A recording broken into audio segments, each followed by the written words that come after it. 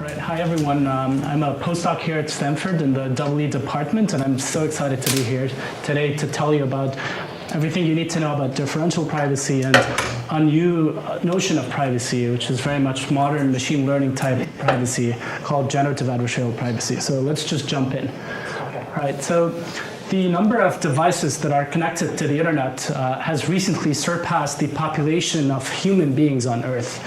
We have about 8 to 10 billion connected devices. And this number continues to grow at a super exponential rate, especially with the emergence of small sensor nodes that are able to collect data and gather information at unprecedented levels. In fact, this boom in information collection and connectivity is one of the major driving forces behind machine learning, and it's what's really leading to this boom in AI. And this is amazing. We all use a lot of AI-based applications on a daily basis, and we love all these applications. But the problem is that we are actually being watched. With the rise in AI and machine learning, especially in data collection, these companies, hardware and service and software service providers, are actually able to track us at unprecedented levels. They're able to know a lot about our daily lives and practices. And so somebody might say, it's okay, our data is encrypted and stored on these companies' servers. And I tend to agree with that type of logic, especially that I worked at Google and I know that they are good stewards of our data. They encrypt it, they store it, and they try to protect it as much as possible. And they don't let anybody access our data, even employees, internal employees.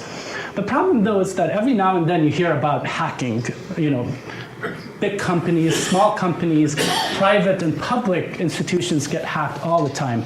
And suddenly our personal data gets exposed to the public. And the problem really extends way beyond just hacking. It's not just, let's try to solve the hacking problem. Sometimes public or private institutions want to release large-scale data sets.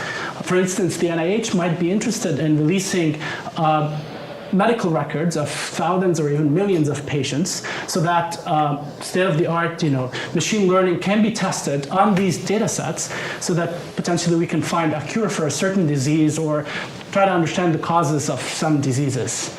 Now, this is great. The only problem is that these data sets contain very sensitive information about us. So even though in the past we've tried to anonymize these data sets and just release anonymized data for people to play with and train machine learning models and AI models on, researchers have repeatedly figured out ways to de-anonymize them.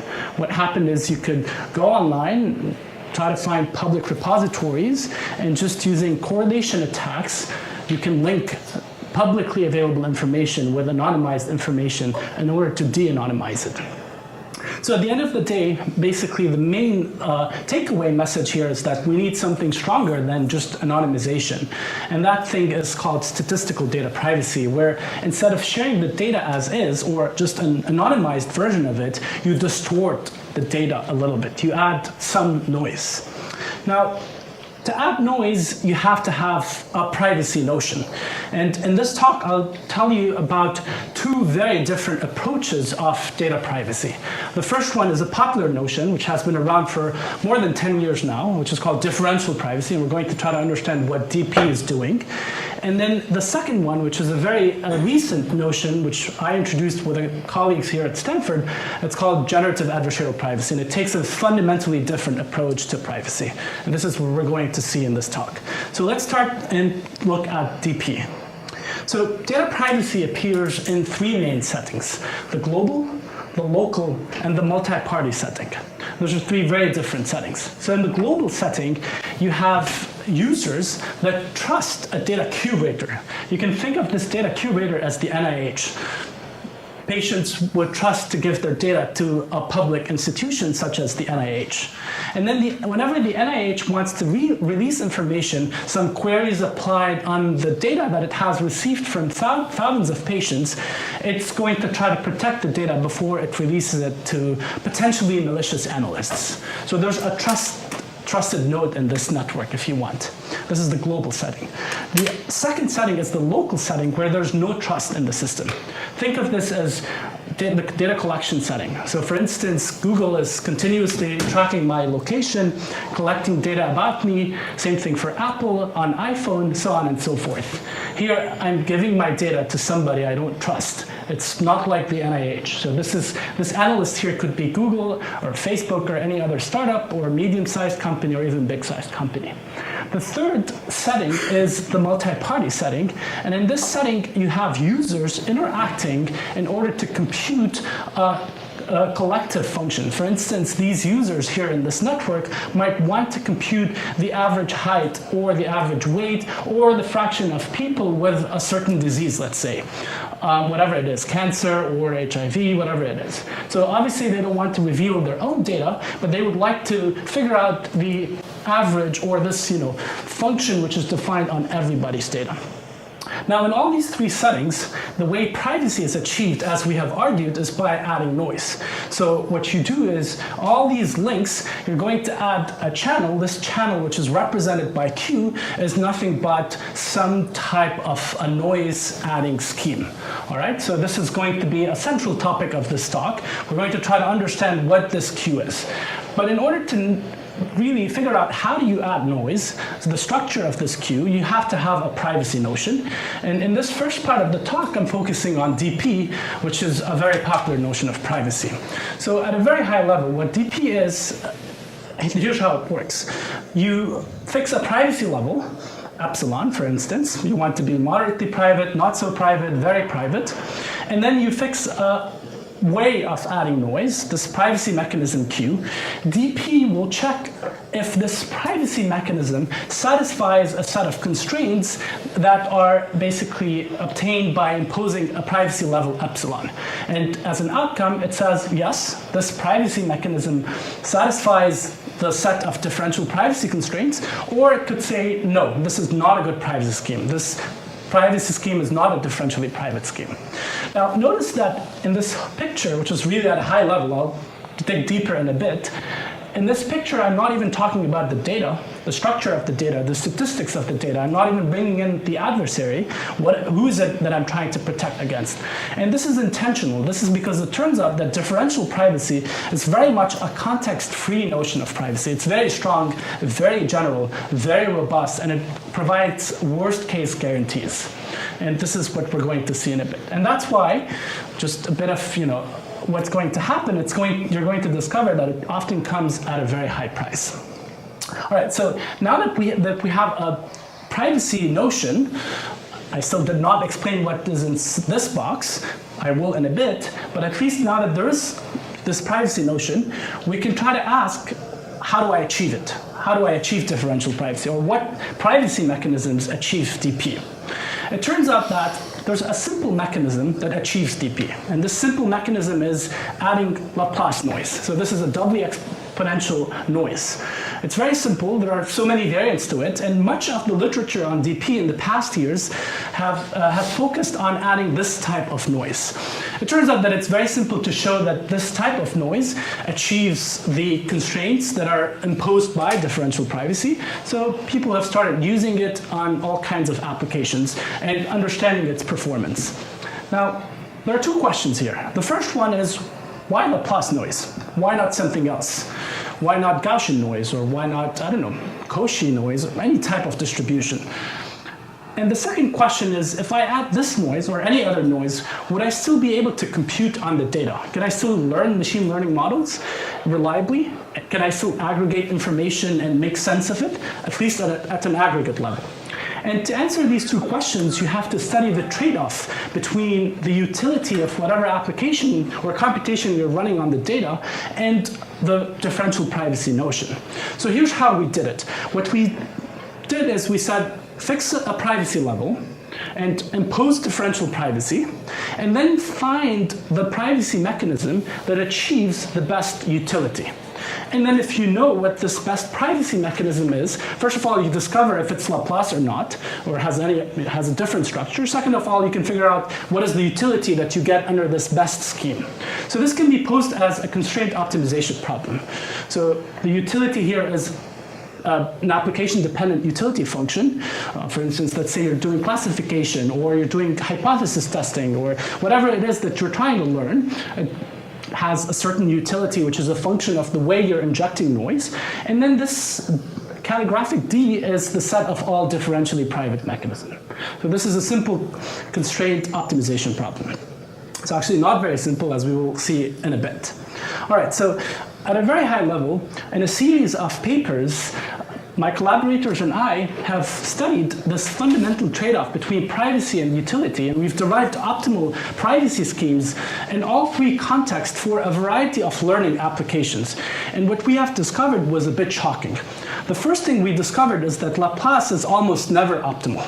So adding Laplace noise, which is what's very commonly done in practice, is not a good idea.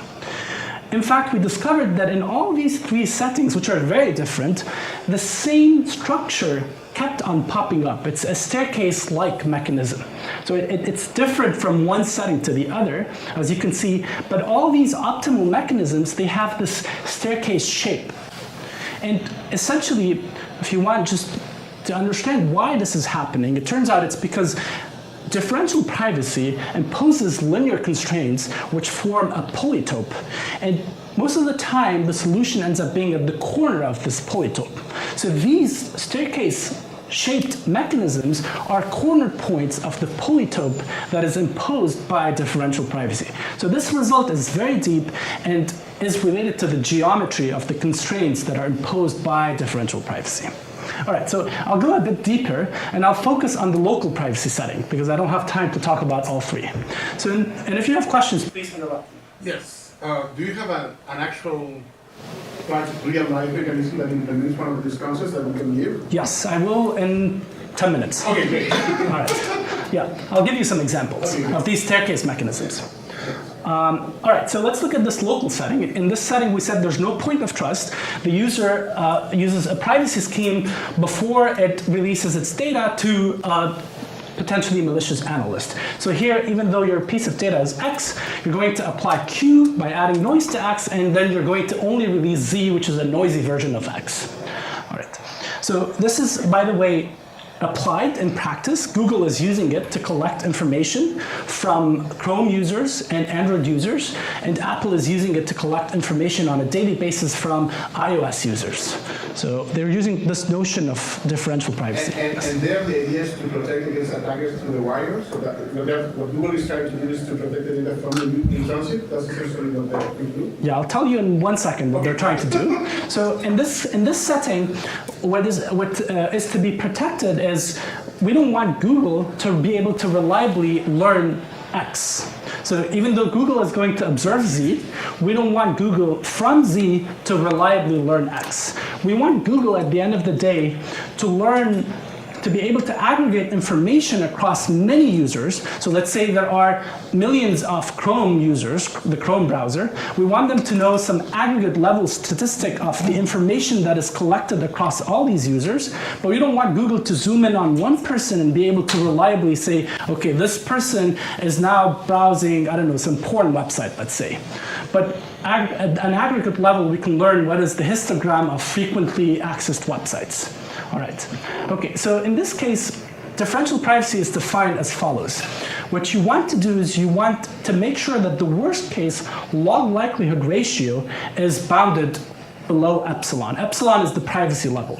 So in other words, by observing Z, which is this thing that I'm going to share with Google, Google cannot really distinguish whether X was little x or little x prime. So no matter what Google does, any inference algorithm, it runs on Z to try to figure out what my value is, X, because this log likelihood ratio is always bounded by epsilon, and I can push epsilon down to 0, Google is going to be confused and lost. So just to comment on epsilon, of course, the smaller the epsilon is, the higher the privacy is that you're guaranteeing, because you're making sure that this log likelihood ratio is smaller and smaller. And then if you increase epsilon, then you're not putting any constraint on this log likelihood ratio, and then it's easy to distinguish between pairs XX prime. All right? Okay. Just to clarify, Q is of the function applied to X, and it gives Z. So the input is a message, the output is a message. How do you take a ratio of two messages and then take the log output? Yeah, so Q, this is a very good question. Q is a conditional distribution. You feed it X, and it produces an output Z with a certain probability. So even though you might feed it the same message, many times what it produces at the output can be different. So when you fix an input message to this block, then you get a distribution of outputs. So Q of Z equals Z subject to X is what? Is number? This is a conditional distribution. So when you fix X, you get a distribution on the output. Okay. This is how you represent these privacy schemes. And then I take a ratio of two distributions. Right. You're essentially saying, what is the likelihood of observing Z, given that my input was X, to X prime? If this likelihood ratio is large, then I can distinguish. It seems like it's much more probable to observe Z given little x. So I should read that as saying probability of Z equals Z given X equals X. Right, and exactly. probability of Z equals Z given X equals X. Right? Yep, you can interpret this as probability. Okay. So if I send you a message which has a noise, how you can extract the noise to get my message? So the goal here is not to allow Google to learn your message. The goal here is to allow Google to aggregate many messages from many users and then learn some aggregate statistic, some population level statistic. So even though Google cannot learn user A's message or user B's message, collectively when it combines messages from many, many users, it can learn some aggregate statistic on these users. I understand, but I'm sending you a message. Yep. Valid message. Yep. So we add noise to it so that people in the middle, Google, will not be able to find my message. How you'll be able to get the noise out to read my message? So the idea here is to add noise in a way that prevents me from recovering your message. If I can recover your message, if I can remove the noise and learn your message, then I haven't done a good job from a privacy perspective. In fact, I want to add the noise in a clever way to satisfy this constraint so that I cannot undo the noise. What is the cost of making epsilon small? So what is the cost what is the price you're paying for high privacy? This is a good question. We're going to see it for an application in a bit. But yeah, there's a price. Depending on what the application is, the price can be different. So it depends on what is it that you want to compute. I mean, there's many users, you're collecting the data and you're going to compute something. It could be a compute cost, right? Right. Okay. So we're going to see one application. All right, so let's keep it simple and let's look at binary data. So let's assume that Google or Apple, they want to collect some just binary information. It can be a yes/no question. Have you done drugs? Yes or no. Are you sick? Yes or no. Do you have this disease? Yes or no. Or like, dislike, upvote, downvote.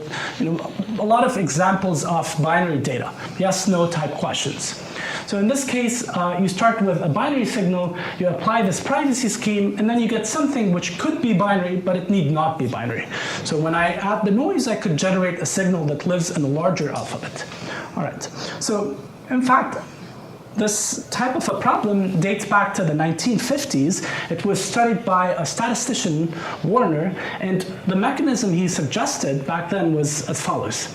You flip a biased coin, and with some probability, in this case it's e to the epsilon divided by e to the epsilon plus 1, if it lands on heads, you say the truth. You reveal your data as is. If it lands on tails, with 1 minus that probability, you flip your information, you lie. So if I had 1, I would say 0, and if I had 0, I would say 1. Okay, this is just a simple binary randomization. Of course, Google does not have access to your biased coin or the outcome of your biased coin. All you're going to do is you're going to flip your coin on the side without allowing Google to know, and then based on the coin outcome, you'll either share your data as is or you're going to flip it. This is a very simple way of doing privacy for binary data. Now, what we were able to show is that even though this is very simple, it turns out that this is optimal in a very general sense. In fact, this Warner randomized response mechanism is optimal for any computation. So no matter what you want to compute, if you start with binary data, this is always going to be optimal. No matter what the utility function is, no matter what the application is, this is optimal in a very general sense. I want to try to prove this result for you. I'll try to be quick. If you get lost, it's okay, but I'll try to keep it simple. So here's the proof idea at a very high level. What we want to show is that any differentially private mechanism can be simulated from Warner's randomized response. So give me any Q that is epsilon differentially private, that meets those constraints by differential privacy. What I will do is I will take this Q and I will show how you can start with Warner's randomized response, which is this binary symmetric channel, and I'll construct this T, which is some randomization on top of Warner's randomized response, so that collectively these two boxes together, they form Q. This is done for any differentially private mechanism. And the idea here is that if you manage to do this, what you've essentially shown is that for any mechanism Q, you can simulate it starting by a Warner randomized response. So in other words, there's no need to use Q. Instead, just use Warner's randomized response, because Q is Warner plus some more noise. So this additional amount of noise here is going to hurt your utility. It's going to decrease your utility. All right, so it could potentially improve privacy, but you don't need it because your privacy level is epsilon and it's met by this box. So why adding more noise when it's not needed? So if any epsilon differentially private mechanism can be simulated from Warner, let's just use Warner, throw away everything. That's essentially the idea. All right, so let's... And T's randomness is like independent of the randomness? Yep. But if I make it dependent, I can make it negative before it. It's independent. No, I'm saying... if you make it dependent, then you might not get epsilon differential privacy. Are you not going to do the proof of this? I'm going to go quickly through the proof, yeah. So I'm going to go through the proof because it's very interesting. It relies on basically a new interpretation of privacy, which is we will view privacy as a hypothesis test region. Here's what I mean. So the adversary observes Z, and the adversary wants to try to guess X from Z. So what the adversary can do is it can set up a hypothesis test. The null hypothesis is, based on my Z observation, I'll hypothesize that X is equal to 0. The alternative hypothesis is X is equal to 1. Now, you can think of a decision rule that this adversary can use to try to guess X from Z. So you feed in Z, the observation, the noisy version of X, and then this adversary is going to use a decision rule. It can be a deterministic decision rule, it can be a randomized decision, whatever you want. And then it comes with a certain decision, which is X hat. X hat is the prediction or the estimate of X from Z. Now, the performance of a decision rule is parameterized by two quantities. The first one is the probability of false alarm, which is I say that it's 0 while in fact, I say that it's 1 while in fact it's 0. And the other thing is misdetection, which is I say that it's 0 while in fact it's equal to a 1. All right, so these are the two performance quantities that we care about. Now, it turns out that once you try all possible decision rules, anything you can think of, this forms a region. All right, so fix a Q, fix a privacy scheme, and then loop over all possible decision rules, anything you can do, anything you can think of, then you're going to get pairs of false alarm misdetection. Take all these false alarm and misdetection pairs, group them together, they form a region in the plane of false alarm versus misdetection. I'll show you an example. So let's say this is our privacy scheme, all right? 20% of the time I'm gonna lie, 80% of the time I'm gonna say the truth. This is a simple scheme. So you can plot the region of this mechanism. First of all, observe that these 3 points can be easily achieved. I can always say X equals 1. No matter what I observe, I'll ignore Z, the observation, and I'll always say X equals 1. I get this point. I can always say X hat equals 0, and I'll get the other point. And I can get this point by basically saying X hat equals Z. So what you give me as an observation is my best guess. And then anything in between can be obtained by randomizing over these 3 points. All right? And you give the proof knowledge of what the privacy scheme is. That's something that you know. I mean, the attacker knows that. Yes. The attacker knows what Q you're using. Yeah. DP assumes that the attacker knows Q, everything. It's a very strong notion of privacy. Yeah. Can we use this scheme across the entire? The binary? It's actually being used. It's part of a mechanism that is implemented by Google. And I'll show you in a bit. All right, okay. So you might say, why do I care about this hypothesis test region? Why this kind of, why am I diverging here? It turns out that differential privacy really implies a certain hypothesis test region. So you can show that by enforcing these DP type constraints, this likelihood ratio has to be bounded, especially in this binary case, it forms a nice, simple triangular region. So you can show that under DP, you will always live in this triangular region where this point is 1 divided by e to the epsilon plus 1. Also, what you can show is that any Q that is epsilon differentially private has to have a region which is inside this R epsilon. So if you give me a Q, and if you obtain its region, and its region falls outside this R epsilon, simple triangular region, then it's not epsilon differentially private. For a Q to be epsilon differentially private, its region has to fall inside this R epsilon. Okay, so this is something you can show. All right, so let's see what we can do with this. The first thing. Your assumption is that you always are able to observe C. I'm sorry, you would observe Z, yes. You always, right? Yeah. So suppose if the attacker doesn't know that he has always observed C, the region would be quite different. It's like a channel iteration. Yeah, so the assumption here, which is very mild, I give you a Z, an observation Z, and I'll tell you what Q I'm using, and you can find the region of Q. But R of epsilon is not dependent on Q. That R of epsilon. No, R of epsilon is this. It's only dependent on It's basically an intersection of two straight lines, these two lines. R epsilon does not depend on anything. R epsilon is just you take the DP constraints and you can show mathematically that they imply this region R epsilon. And then you can do a little bit of proving to show that if the region of Q falls inside R epsilon, then it's differentially private.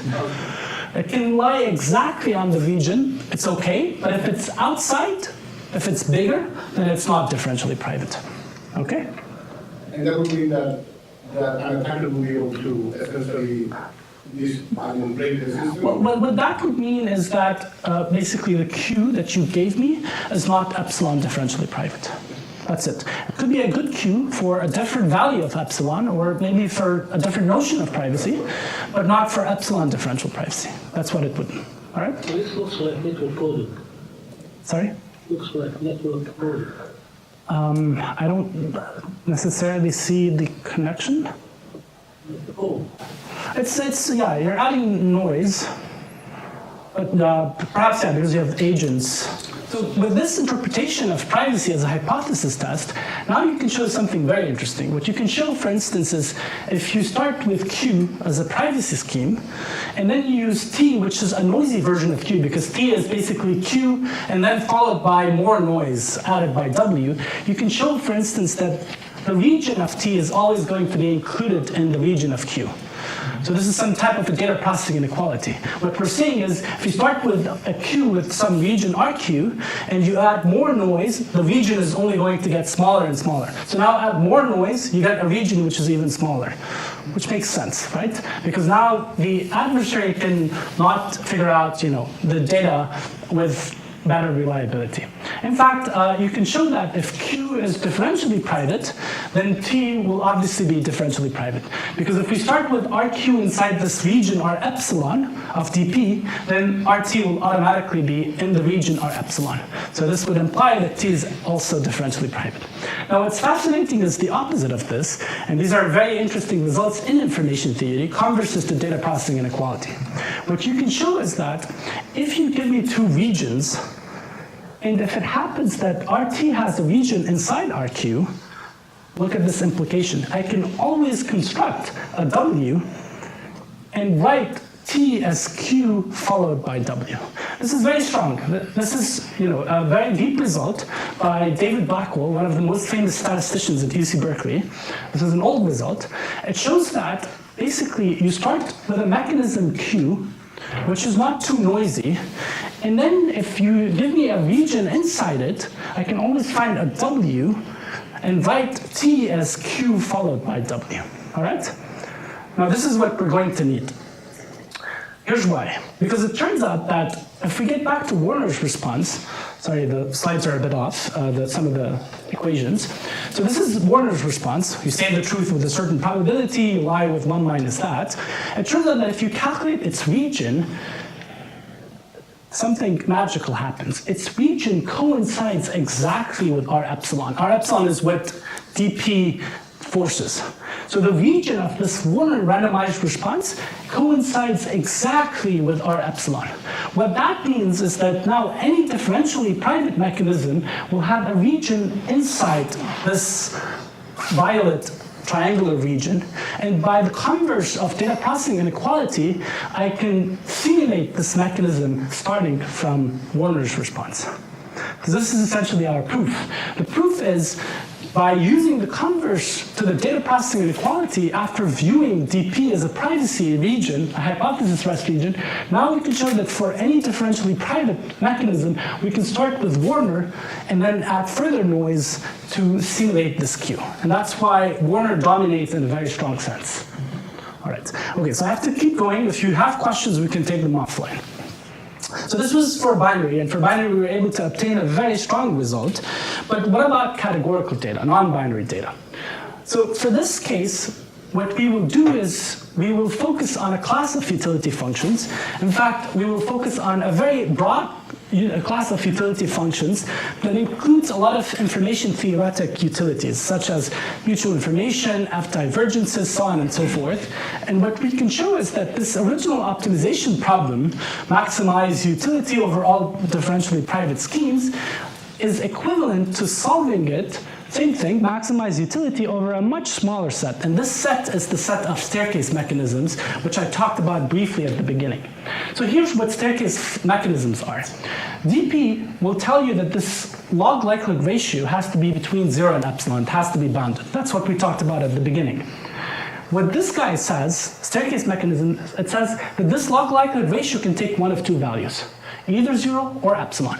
So basically you take a continuum, all the values between 0 and epsilon, and you boil it down to 2 points, the two extremal points, 0 and epsilon. That's it. And it turns out that if you look at these constraints, they form a polytope. And what these staircase mechanisms are, they're nothing but corner points of this polytope. All right? So just to give you a high level of how you might go about proving such a result, you're maximizing a function over a polytope. It turns out that all these information theoretic utilities are actually convex in Q. So what you're doing is you're maximizing a convex function over a polytope. This is non-standard optimization because instead of maximizing a concave, you're maximizing a convex function. It turns out that the solution is going to be at the boundary of the polytope. And in fact, you can zoom in and focus only on a subset of these corner points. And these are the staircase mechanisms. So this allows us to move from an infinite dimensional problem because Q can map an alphabet of a certain size to anything, to something which is combinatorially finite. And I'll show you one application. So you can do this for multiple applications. You can study it for classification, for clustering. We did it, we have worked on it. But at Google, I did it for distribution estimation. So in this problem, what we have is we have a population distribution. It's a histogram. We're looking at categorical data. So you have this true histogram over many, many users. And then each user wants to share a point, a value. This, you can think of it as a URL that you're browsing on your phone or your computer. And instead of sharing xi, you're going to apply some noise and share zi, which is a noisy version. So now Google, instead of getting one value from one user, it's going to get n values from n users. All right, so n potentially 1 million Chrome users, all right, or even more. And then what Google is going to do is it's going to use all these noisy observations to try to reconstruct this histogram. It's okay for Google to learn this histogram because this histogram is across the entire population of users. So this is like an aggregate level statistic. Whereas it's not okay for Google to learn each individual value xi, all right? So the goal here is to get p hat, which is an estimate of p, and Google is going to use all these noisy observations, the n noisy observations, and the structure of the noise that you're adding, which is q. So the way we form this problem is as a minimax distribution estimation problem. So there's a bit of math here involved, but essentially what you want to do is you want to compute the loss between p, the true distribution, and p hat, its estimate, and you take the expected loss, and you take the worst case over distributions, because we don't know the true distribution. Google does not. I mean, if Google knows p, then there's no problem in first place. So what we're going to do is we're going to assume a worst case p, and we're going to design this estimator p hat to try to minimize the worst case loss. All right, and then what we want to do is we want to choose the privacy scheme that minimizes the worst case loss, okay? So there's inf sup. It's a bit mathematically involved, but really what it boils down to is find the privacy scheme that satisfies epsilon differential privacy and at the same time minimizes the worst case loss, okay? So enough with math. Let's see how they did it. So when I joined Google, they had this rapport mechanism, which is currently deployed in Chrome and in Android. And this is how they do it. So let's say you have categorical data that takes 5 values. This is just an example. What they do is they take the piece of information and they do what's called one-hot encoding. What's one-hot encoding? You form a binary string of length 5, and if the value is 2, you flip the second bit to 1. Everything else is kept to 0. If x were equal to 3, what you do is the third bit is flipped to 1, and the rest is kept to 0. So this is just a one-hot encoding. And then what they do is they apply Warner's randomized response on each bit. So back to Warner, that simple flipping, binary flipping mechanism, it's applied individually on each one of the bits, all right? And that's how you get this string down there, which is privatized. And you can show that if you do it correctly, this ends up being epsilon differentially private. So what I was able to show while I was at Google is that this mechanism ends up being order optimal in the high privacy regime. So this way of noising data is optimal when epsilon is small. Again, epsilon small means high privacy. All right? So it's not exactly optimal, it's order optimal, so it means it's optimal up to some constants. But it's interesting to know that what they had is actually pretty good in the high privacy regime. Now, this is what they had, and we wanted to try to see what if epsilon is larger than 1? What if we are looking at the moderate privacy or the low privacy regimes? What would we get? It turns out that you can extend Warner's binary response to something very interesting, which is you flip a biased coin, but now the bias is different. So with probability e to the epsilon divided by e to the epsilon plus k minus 1, k is the size of the alphabet. So we're sharing categorical variables that can take one of k values. All right? With this probability, you will say the truth. You will just give your data. And with 1 minus that probability, you will lie uniformly at random. So let's say my x was equal to 2, and I have 5 options. If the coin lands on heads, I'm going to choose anything but 2 uniformly at random. So 1, 3, 4, or 5. And I'm going to just give it to Google. All right? So this is some type of an extension to Warner's binary response to the k-ary alphabet. And what we were able to show is that this is a very simple mechanism. First of all, it achieves epsilon differential privacy, you can show it. And second of all, it's exactly optimal in the low privacy regime. Now, what's low privacy regime? Low privacy regime means epsilon has to scale logarithmically with k. K, again, being the number of options that you have that you would like to share with Google. All right, so this simple way of adding noise is optimal in the high privacy regime, in the low privacy regime. So, in fact, we did a lot of math, but I want to skip a little bit on this stuff to move on to the next topic. But we can show exactly what is the loss under privacy. Essentially, if you start with a sample complexity n, how much you would end up with in the small and large epsilon regimes under each one of them, and what's optimal, what's not. But the main takeaway message is that we can always rely on the geometry of differential privacy, of the constraints imposed by differential privacy, to try to reduce this infinite dimensional space to a combinatorially finite space of staircase mechanisms, and we can then try to find which ones are optimal depending on the application and the privacy level. And we can interpret privacy as a hypothesis test region. It allows us to prove very strong results in multiple contexts. I only touched on one of them in the local privacy setting for binary data, but you can use it for other settings as well. Now with this, I would like to move to the second topic. This is a shorter topic, and this is the generative adversarial privacy. You talked about epsilon less than 1 and epsilon beyond log k. Yeah, what happens in between? Yeah. That's actually an excellent question. It turns out that even if you place epsilon wherever you want between 1 and log k, you will still use rapport.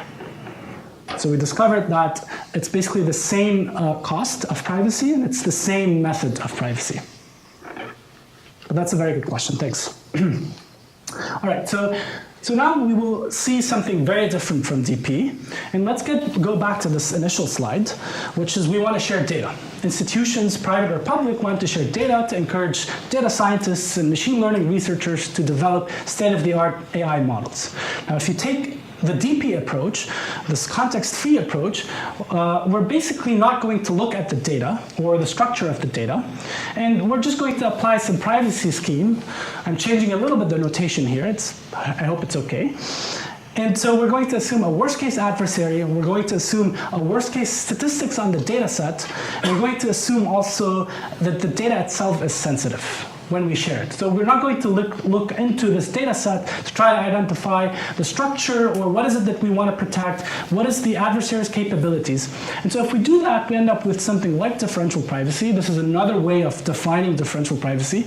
The reason why I have this form here is because I want you to look at this worst case over px, where px is the distribution of the data. So this new way of defining differential privacy emphasizes the fact that differential privacy looks at worst case distribution over the data. And you don't have to worry about why this is equivalent to what I've shown you before. All right, so this is why DP is very strong. It offers privacy guarantees against worst case adversaries, but that's why it comes at a high price, and this is what we talked about initially. Now you can do something different. You can say, okay, look, I'm going to try to take a look at my data set, and I will try to identify what's sensitive and what's not sensitive. For instance, if I'm trying to share smart meter data in this case, the power traces themselves might not be sensitive. I want to give people these power traces, the load profile of each customer, but I don't want adversaries to learn, for instance, your income or how many people live in a certain household or in a certain house. So you can define what's private versus what's public, what can be shared versus what cannot be shared. And this is why we call this context aware. Under this approach, you have to understand the context of the data. You have to identify what's private and what's not private. You place reasonable restrictions on the adversary, and you exploit the statistics of the data set. So I'll tell you one way of doing this. You can use, for instance, mutual information, which is a quantity that a lot of information theorists are actually very acquainted with, to try to measure what is the information leakage from x hat, which is what I release after I apply this privacy scheme, between x hat and my private data.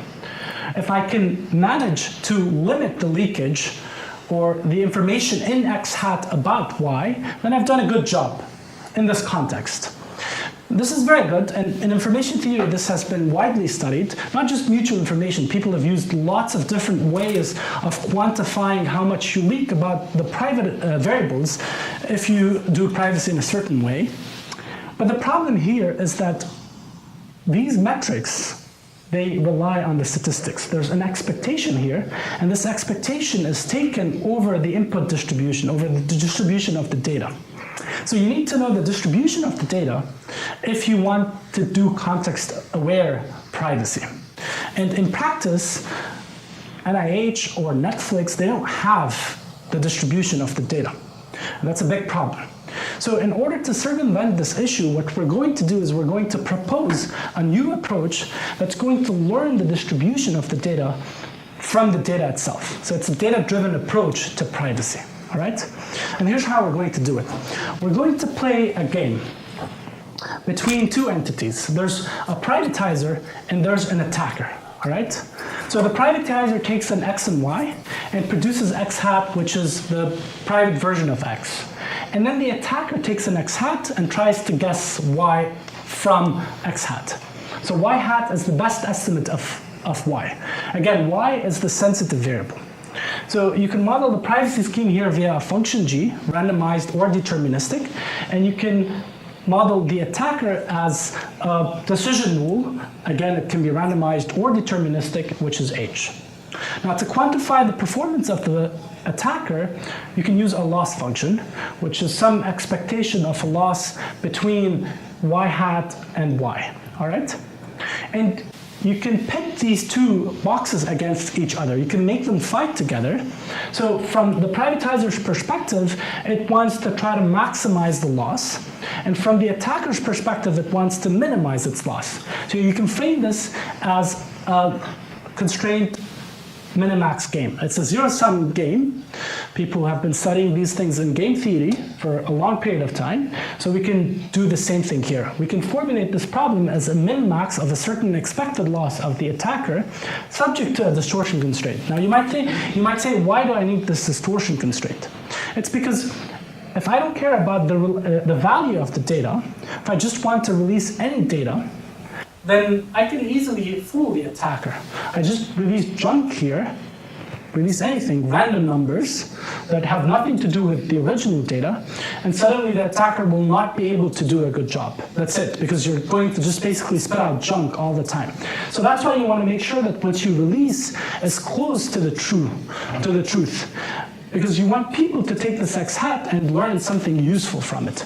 If you start basically producing junk, then all these machine learning models that are going to be trained on X hat are not going to be useful. And before we measure privacy with the epsilon, what is the measure of privacy here? Very interesting. This is an excellent question. So this problem here is basically doing the dual of what we were doing before. Before we had maximize utility subject to privacy. Here what we are doing, you can think of this as maximize privacy subject to utility. This distortion constraint captures my utility. It captures the value of the data. And this is basically privacy. So this approach puts utility first because I have a hard constraint on the distortion. And then it says, let me see what I can get in terms of privacy. The other approach, which is the kind of dual of it, it says, let me try to maximize utility for a hard constraint on privacy. All right, so these two things are kind of like the duals of each other. Okay? And they're doing slightly different things. One is context-free, the other is context-aware. All right, okay. So now you might say, fine, this is great, but why should I care about this generative adversarial privacy that you just presented? There are two things. So the first question is, why this specific formulation? The second question is, this formulation still needs the statistics of the data set. There's still an expectation of a loss, and this expectation is defined over the statistics of the data set, so you still need that. So let's tackle these two questions real quick. To answer the first one, you have to look at the choice of the loss. It turns out, and there's some math, but that's not important or interesting in this case. It turns out depending on how you fix the loss, you can use square loss or 0-1 loss or log loss, you get various types of information leakages and adversaries that are well studied in the information theory community. For instance, if we choose the log loss, this little l, the previous slide, we end up getting the mutual information quantity that I talked about.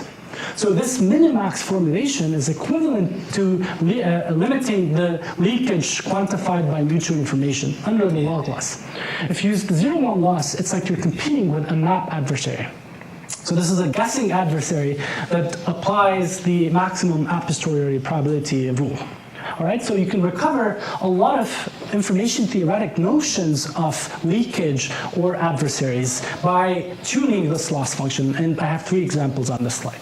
So this generative adversarial privacy is a general framework that encapsulates a lot of well-known and well-studied notions of information theoretic privacy. That's the first question. Now the second question is, I don't know the statistics. It turns out that what you can do is, instead of using any 2 boxes, any privatizer modeled by a function g, any attacker modeled by a function h, you can replace them by neural networks, as you can see here. So now, instead of g being any privacy scheme, it's going to be some generative model. It's a neural network with some parameters. And then this is a classifier, which is also modeled by a neural network. And now what you can do is you can define an empirical loss. So there we were looking at expected, some type of an expected loss. Here we're going to drop the expectation, replace it by some empirical, loss. And so now, instead of doing min-max over some expected loss, I'll do min-max over some empirical loss. And the way I would compute this empirical loss is on the data set that I have access to. All right? It's the data set that I would like to publish that has n elements.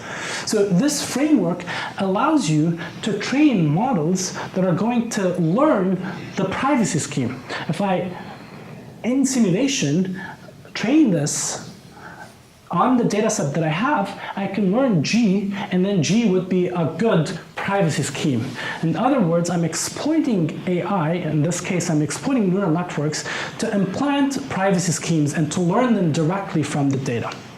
All right, so... And you fix age? When you do that, you fix age? No, what you're going to do, this is a very good question. So you want to solve this min-max problem, right? So this guy is trying to find the best rule to guess Y, and this guy is trying to find the best rule to privatize X, to prevent this guy from guessing Y. So they're playing this min-max game, and what you're going to do is you're going to try to solve this, this problem using alternating minimization, maximization type rule. And you end up with a J and an H at the end of the problem. Yeah, you end up with both rules. So you train these two neural networks, you end up with two trained neural networks. Of course, in order to publish the data, you only need the first part, but the second one is also giving you some guarantees. All right, okay, so I want to skip some information and show you how we can test this approach. So what we can do is we can start with a data set, we can solve this minimax constraint optimization problem on the data set, and then we obtain optimal parameters of these two neural networks. The generative model that is implementing the privacy rule and the classifier, which is implementing the attacker's or adversary's rule. Okay? So then what we can do in order to evaluate the performance of the learned privacy scheme, we could assume that the adversary has access to statistics. This is, again, something that we're doing in terms of analysis, just to see how well our data-driven method works in practice. So we assume that the adversary has access to the dataset statistics. We assume that the adversary knows the privacy rule that you learned from the data in a data-driven fashion. And we assume that the adversary has infinite computational power, so it can compute the map decision rule. And what we do is we quantify the performance of our mechanism under this strong adversary, and then we compare it with the best game theoretic rule. So assuming that you have access to dataset statistics, you can solve the game theoretic version of GAP. So we did it for Gaussian mixtures. We did it for low-dimensional and high-dimensional Gaussian mixture models.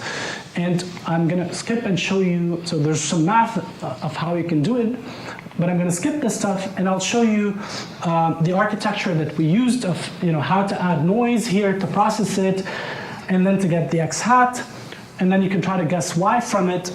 We used log loss in the training. This is the cross-entropy loss that is very widely used in the machine learning community. And then let me show you the simulation results. So here, you start with two classes that are very well separated. You can see that these two guys can be separated very properly. So you have two clusters of data, the blue and the orange clusters, and I can have some plane that separates them from each other with high probability. But once I start doing this adversarial training, these two clusters are actually smeared together. So what the neural network that is implementing the privacy scheme is learning is I should smear these two things together. So this is the data set after you privatize it using this minimax approach, using the generative adversarial privacy approach.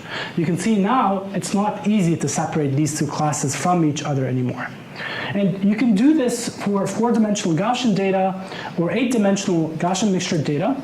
And you can see that the performance of this data-driven approach matches exactly the theoretical approach. So theoretical approach, this blue line, is obtained by assuming that you know the statistics. So you can solve the min-max problem over the expected loss. And the orange line here is the one that is obtained via the data-driven approach. So I'm just learning these mechanisms on the data itself. So this is an excellent question. We do not. and this is what we're doing now. Okay. So we would like to basically provide generalization guarantees. If I train on a data set, theoretically, what is the gap between the data-driven learn mechanism and the optimal one? Can I? It should be, I mean, from that data, it should be really Right. At least on these synthetic models. So we were excited by these synthetic models, and we tried it on a real-life data set. This is the 11K hands. It's a very rich data set. There are 190 individuals in it. More than 11,000 images, very high resolution images. They are colored as well. And it contains a lot of sensitive variables. So it has race. There's basically black, white, Latino, so Asian, so on and so forth. There's gender, male versus female. There's the ID of the person and others that are really sensitive.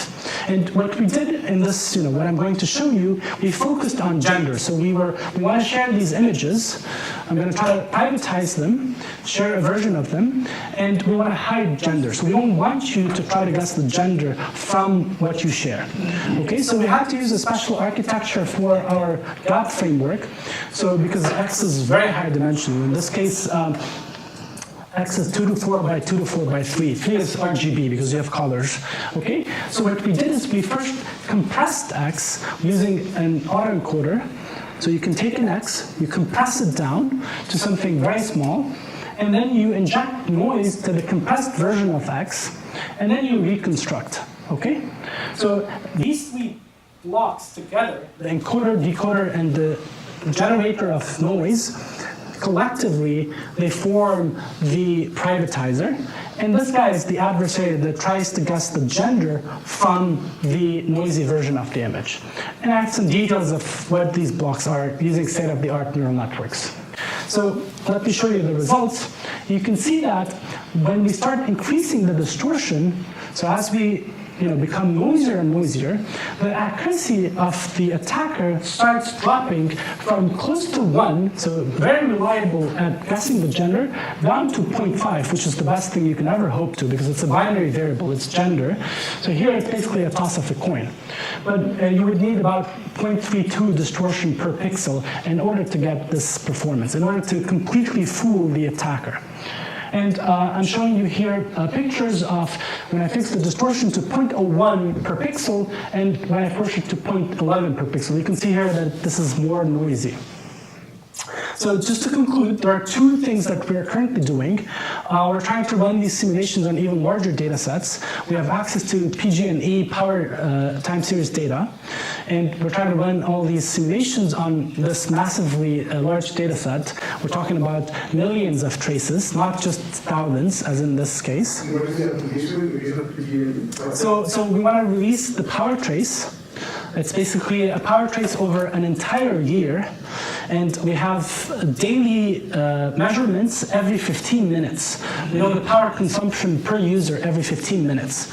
And what we want to protect there is the income per household and the number of people per household. And there are some others that we're trying to also figure out, zip code, social security numbers, and others. So basically trying this on larger data sets is something we would like to do. The other thing that we would like to do is to try to find these generalization results. Ethan asked this question, if I train on data, can I bound the gap between the data-driven performance and the ideal game-theoretic performance? Can I show you that, for instance, at best you're going to be off by 5%, at worst actually off by 5%. So that's a neat result that we're trying to prove. With this, I come to an end. Thank you for attending, and if you have questions, please ask. So I have two questions. The first question is this. For example, in the G&E example, you choose which data to protect, right? What if you don't choose right? What if there is some other data that's sensitive which you did not specifically choose to protect? So in that sense, this is not as reliable a mechanism as differential privacy. Exactly. So you're bringing up a very good point, which is if I want to do the second approach, I have to understand precisely what is it that I want to protect. And yes, that's a fair point. DP is stronger in the sense that you don't have to model these things. Okay, so you don't have to worry, you protect everything with DP. Right, so here you only protect specific DP is context free. I don't model the attacker, I don't model the private variables, nothing. I just apply it. But the problem with DP, especially in this case where I'm publishing data, is that it's going to kill the value of your data. Yeah. So if you don't care about what people are going to compute and what they want to learn from your data, DPs. So the other question is this. You said that you trained your neural network on synthetic data. So by generating synthetic data, you already assume some sort of distribution? Yeah, so of course, first of all, in order to learn these privacy schemes, you can train them on synthetic or non-synthetic. So I used it on this 11K hands. But to test the performance, you do it on synthetic. So what I wanted to do first is to try to see if I can check if there's a gap between the game theoretic version of the problem and the data-driven version of the problem. And for me to be able to obtain these two curves, I had to assume some statistics on the synthetic data. And what I did is I used Gaussian mixture data. So yeah, no, but what I mean is this is supervised learning, right? This is a very much supervised learning approach. Okay, You're so right. you need to have a data set which is de-anonymized for training. Yeah. And then you could deploy, right? Yeah, Is that so correct? That's correct. That's totally correct. So in this 11K hands data set, you have the images, Right. and for each image, you know the gender, you know the race, you know the ID. So whether on. synthesized or not, it's initially de-anonymized, right? It's part of it. Yeah, we're assuming that here there's a data holder that has the data set. Let's say NIH has the data set, or Netflix or PG&E. They have access to this data set and they know all these variables. And so they are the ones that are doing this training to try to learn the privacy scheme that they will then use to release data. So yeah, the data holder is the person who's learning these schemes. So maybe this is a little bit too aggressive and too simplistic of a question, but your next, well, maybe the next slide or two, you're showing some anonymized figures, anonymized hands. And they just, at some point, they're not looking very much like hands. I just wonder, is it, I mean, you're not like constraining your noise to look like a hand. So, I mean, I guess I was just like thinking, that it's like your distribution is, it's really kind of non-constrained. So the network goes a measure of distortion, right? This is amazing because so we are capturing the value of the data via this distortion constraint. But you're right, the distortion constraint only cares about values, but not about the content. So it's agnostic to what is it that I'm sharing, or what is it that I want to do with the data. It's just saying as long as the distortion is low, you're good to go. You can use this privacy scheme. And that's why you're right. When I increase the distortion, when it's 0.01, things are still looking perfectly like hands, but when I go to 0.11, you can see here that things are starting to look a bit flaky.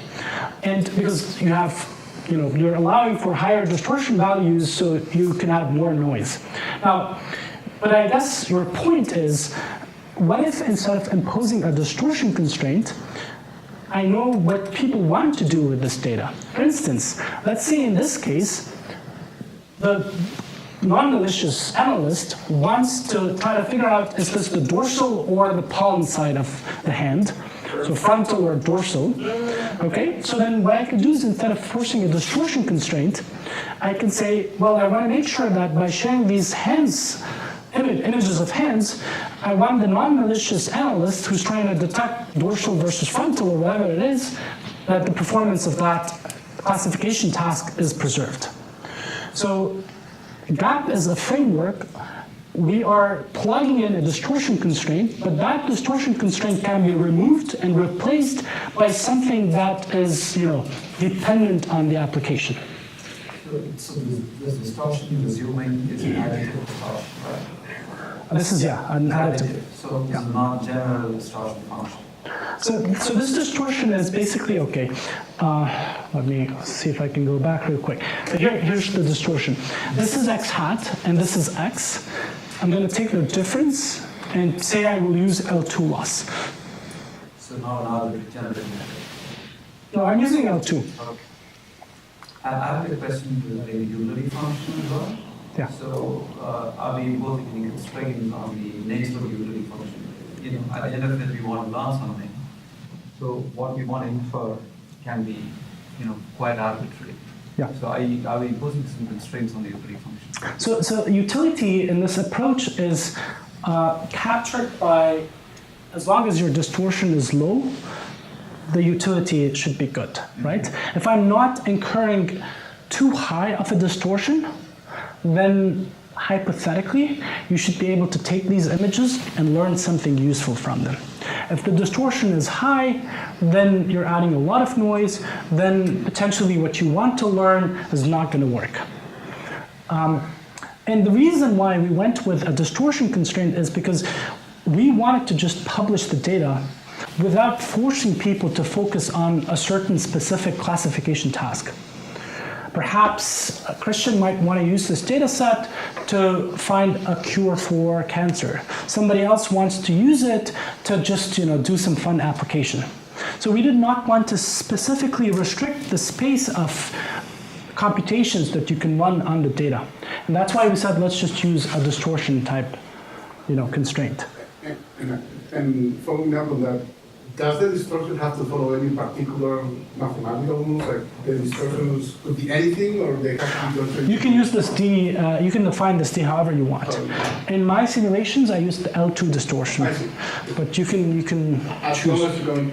The only restriction, you should be able to complete the expectation or the empirical. Empirical expectation, exactly, or data set. So there's a tension between these two objectives, right? If you define the distortion generically like you've done, then you're not imposing any particular analysis type, but you're also not guaranteeing that the data is useful for any particular analysis type, right? Whereas if you do impose an analysis type, then you essentially made the analysis, model the analyst who already did the work.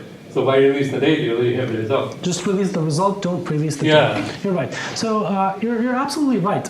And our hope here is to say, look, if the distortion is low, if my x hat is reasonably close to x, and the distance between them is very small, then hopefully whatever useful computation you are going to run on x is still going to be valid if you run it on x hat.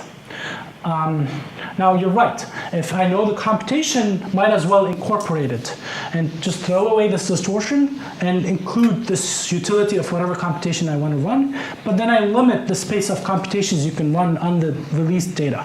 And if I know what computation you want to run, why releasing the data? Just release the computation result. That's kind of the philosophy of what we did. Did you think about the accidentally releasing some hidden information? Yeah, that's excellent. So the question here is, we're specifically modeling the y's, the private variables, but it could be that there's something that we have not modeled that is also correlated or that is also malicious. So this type of an approach, the context-aware approach, suffers from this problem. Now, I'm not trying to advocate generative adversarial privacy for privacy-sensitive applications. I understand that if we're talking about diseases and medical records, perhaps you want to use something else. But for applications like smart meter data and power series, things like that, Netflix, the worst that can happen if somebody somehow breaks in, they can learn that, oh, he's watching a movie, a weird movie. So people can laugh. But this is very different from people learning that you have a very specific disease. They can learn what time of day and home. Right? Yeah. That could be sensitive. No, but these sensitive attributes we can model. So. But did you think of all of them? That's a good question. Yeah, can you list all of them and can you be exhaustive? And what's private today might not be private 10 years down the road. Things change. So there are pluses and minuses. There's no free lunch. I'm not trying to say that generative adversarial privacy solves all the problems of differential privacy. So there's no winner here. Two very different takes. Can you do it for video? Yeah, you can do this for video. I mean, I haven't tried it, but it's going to be computationally very, very intensive. So you have very high dimensional objects. So training and running and learning is going to take more time, but you can do it. What is it? Again? Yeah, this slide is a slide that I skipped. So in the machine learning community, there's something called generative adversarial networks, GANs, that are really, really popular. And what GANs are is basically you take in noise, you operate on noise via a certain box, and you create synthetic data. And the goal of these GANs is to create synthetic data that looks very much like the real data. So you want these two things, the synthetically generated data, to look very much like the real data. So I start by crunching in numbers on random noise, which is this noise sequence, and then suddenly I get images of people. And remarkably, I mean, I used to have this as a slide, I removed it, but you can generate images, real-looking images of people that do not exist from noise seeds. And the latest research shows that we can show these images, these synthetically created images, to people, and they wouldn't be able to tell that they are synthetic. What do you think can this approach be used to just release only the parameters which is definitely need to be released and kind of now? Let's make this our last question. Yeah. So that's a good point. I've not thought about it, but you're right. You can turn the table around and say, if I know what features are important, I'm just going to extract those features and release the useful features. But the problem is perhaps those useful features are also correlated with the sensitive ones. So then you would have to extract these correlations somehow, cleverly. Okay, so Peter, I think that you'll be here for afterwards for minutes. Yep. People want to ask further questions. So let's thank Peter. Thank you.